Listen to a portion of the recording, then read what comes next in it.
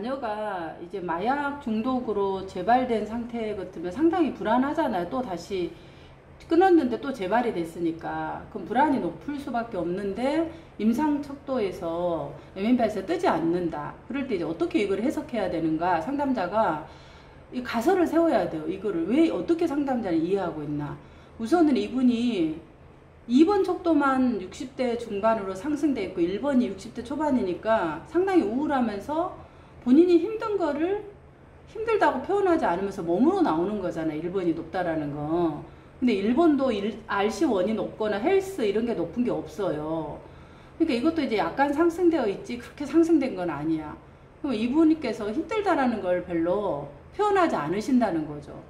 표현하지 않는데 이제 그 TCI에서 자기 초월이 90대 초반으로 나오면은 이제 모든 삶의 중심이나 삶이 오리엔트 되어 있는 방향의 초점이 신앙으로 간다는 거죠. 영성으로. 그래서 하루의 시간에 많은 부분을 가서 종교생활하고 기도하고 또 막 뭔가 봉사하고 이런 이제 생활들을 많이 하시는 거죠. 그러면 이제 신앙에 굉장히 많이 되어 있어서 약간 신앙 중독 뭐 이제 우리가 중독이라는 말을 이걸 내가 하지 않으면은 안 되는 것처럼 되어 있을 때 우리가 보통 어딕션이라는 얘기를 하잖아요. 딱 붙어 있었다. 애착처럼 어태치먼트, 어딕션 붙어 있다라는 이런 개념이죠.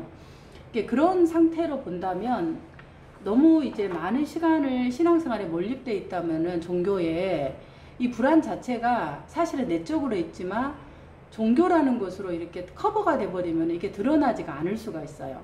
그래서 사실은 내적으로 SCT가 투사검사니까 내가 두려운 거를 4번이나 마약 재발, 중독 그렇게 이렇게 써 있을 정도로 두려움이 있으신데 이거 자체를 이제 신앙과 종교 활동으로 이렇게 덮어버리는 거죠. 그러면은 이거 자체가 종교라는 건 굉장히 강력한 힘을 갖고 있잖아요. 모든 어려움과 힘이 있어도 두려워 말라. 내가 너와 함께 함이니라. 놀라지 말라. 뭐 나는 내 하나님이니라. 이렇게 이제 딱 명시되어 있는 문구로 얘기하고 선포하고 기도하고 이러면은 불안한 사람들이 거기에 대한 것들이 굉장히 강력하게 이렇게 본딩이 된단 말이에요. 그게 이제 믿음이라고 하죠. 그러니까 이제 신앙인의 입장에서 믿음인데 바깥에서 이제 좀 더 이 현상적으로 바라볼 때는 이제 중독에 가깝다. 이렇게 이건 현상학적 입장이에요. 잘못하면 이게 또 뭐 이게 무슨 또 뭐 사이비 같은 얘기다 얘기할까 싶어서 현상학적, 심리학적의 입장으로 얘기를 하자면 그렇게 이해할 수 있다라는 거죠. 그래서 이 지금 민들레의 프로파일 자체가 뜨지 않는 것은 오히려 신앙에 과도한 그런 부분들이 갖고 있기 때문에 프로파일이 뜨지 않는 것으로 하면 좀 납득이 가지죠. 그럼 이 투사검사에서 나왔지만 왜 MMPI에서는 상승되지 않았느냐 이걸 상담자가 이제 이해를 해야 하는 거죠. 그래서 결국은 이 신앙에 대한 힘이 잘못됐느냐 그렇지 않다라는 거죠. 인간이 위기에 처했거나 극한 상황이거나 내가 삶을 포기하고 싶을 때 사실은 이 우울감이 있지만 이 우울감보다 더 강력한 힘이 필요한 거예요. 그게 신앙이죠. 그러니까 이 종교 생활은 그런 것들을 담아낼 수 있는 강력한 힘이 되기 때문에 거기에 의지를 하는 거예요. 그래서 종교가 영성적으로 굉장히 중요한 심리 건강에 중요한 요소라고 WHO에서 요인 중에 하나로 새롭게 추가를 했잖아요. 그러니까 이제 이것이 내담자의 그런 위기적 상황을 기능적으로 하게 하는 부분에서는 영향을 주고 있는 거예요. 긍정적 영향을. 그러나 이제 이런 것들이 긍정적 영향이 과도하면 항상 우리가 뒤집어 보면은 또 부정적 영향이 있잖아요. 과도할 때는.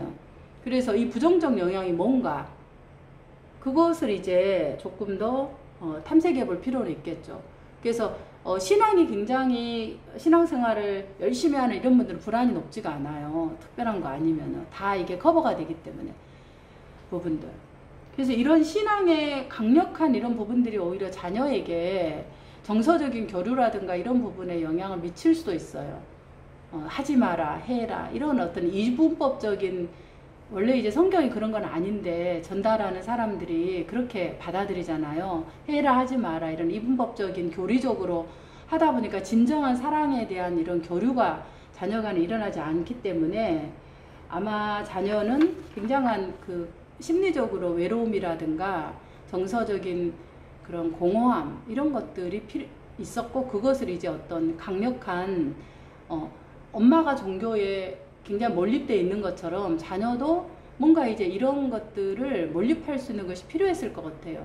그것이 아마 그 필로폰이나 마약 이런 것이 되지 않았을까 싶어요. 그러니까 그런 부분들, 그래서 이제 이런 심리학적인 것들을 좀 상담해서 상담자가 조금 더 다루는 것이 필요하겠죠. 상담에서는. 지지해 줄 것은 그래도 내가 의지하고 자조 모임도 나가고 신앙생활도 하고 봉사도 하고 그런 걸 내가 하지 않으면 미쳐서 죽을 것 같다 이러니까 뭔가 활동을 하면서 잊어버리려고 하는 그런 것도 필요하잖아요. 집에서 계속 우울해 있는 것보다는. 참 그렇게 할 수 있는 힘이 어디 있느냐.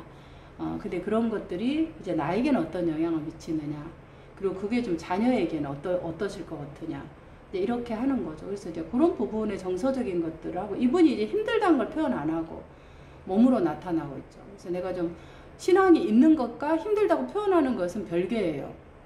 신앙이 있는 사람은 내가 힘들다는 걸 표현하면 신앙이 없는 것처럼 보여지는 우리 어떤 편견이 있잖아요. 믿음이 있는 자는.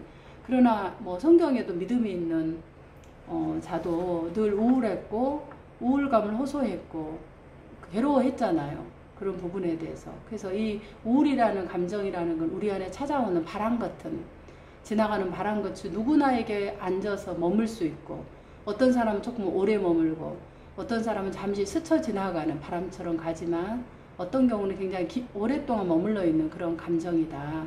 그래서 이제 이런 부분들이 왔을 때 이제 이런 방법으로 여러 가지 활동들을 하면서 이겨내셨네요. 이렇게. 그러나 힘들다는 걸 내가 표현하는 것도 나에게 허용해도 괜찮다.